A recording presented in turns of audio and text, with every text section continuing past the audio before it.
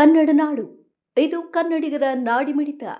ಕಮಲ್ ಹಾಸನ್ ಇವತ್ತು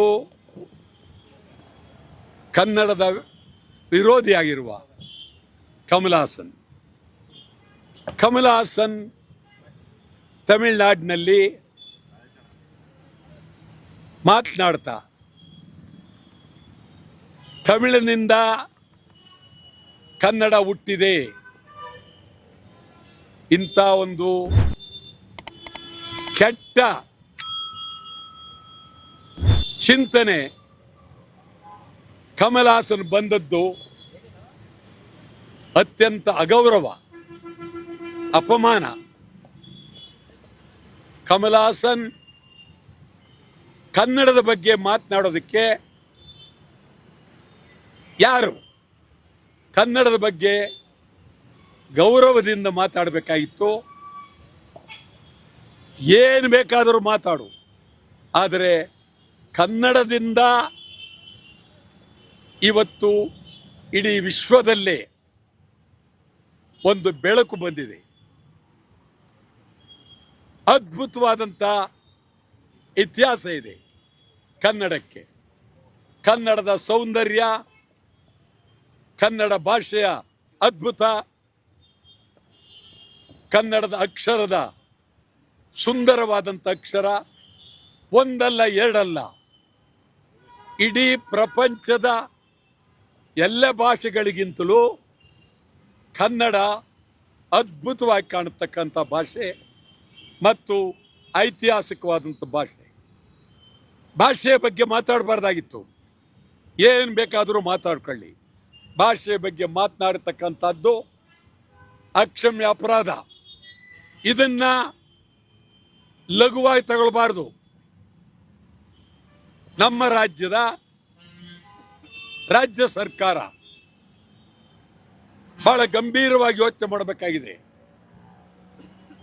ಕಮಲ್ ಹಾಸನ್ ತಮಿಳಿನಿಂದ ಕನ್ನಡ ಹುಟ್ಟಿದೆ ಅಂತ ಹೇಳಿದ್ದಾರೆ.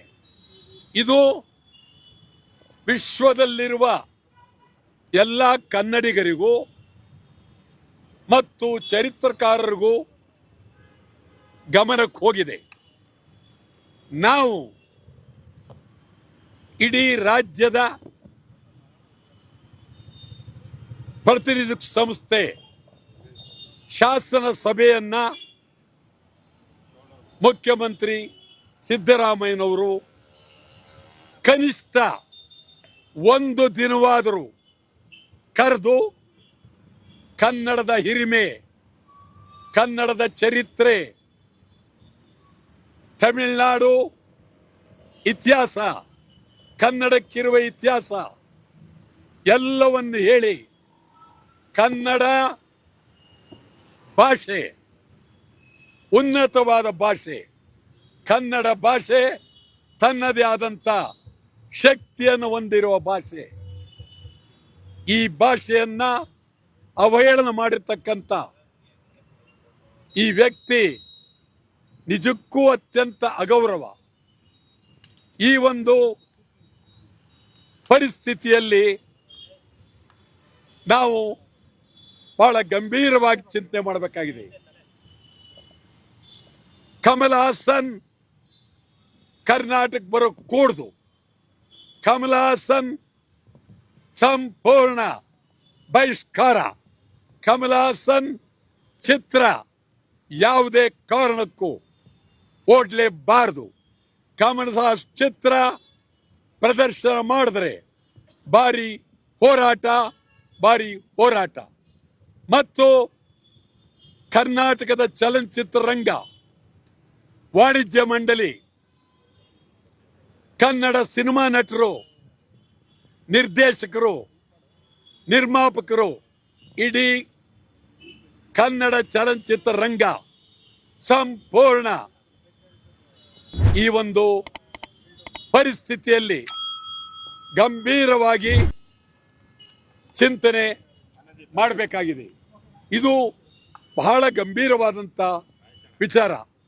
ನಾವು ಈ ಬಗ್ಗೆ ತೀವ್ರವಾಗಿ ಚಿಂತನೆ ಮಾಡ್ತಾ ಇದ್ದೀವಿ.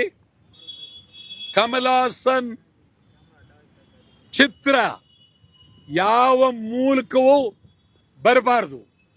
ಸರ್ಕಾರನು ಕಾನೂನು ಮಾಡಿ ಬರಕೂಡದು ಅಂತ ಹೇಳಿ. ಮಾಡಿಕೊಂಡಿಲ್ವಾ? ಈಗಲೇ ಸಬ್ಸ್ಕ್ರೈಬ್ ಮಾಡಿ ಬೆಲ್ ಐಕಾನ್ ಅನ್ನು ಒತ್ತಿ ನೋಟಿಫಿಕೇಶನ್ಗಳನ್ನ ಪಡೆಯಿರಿ.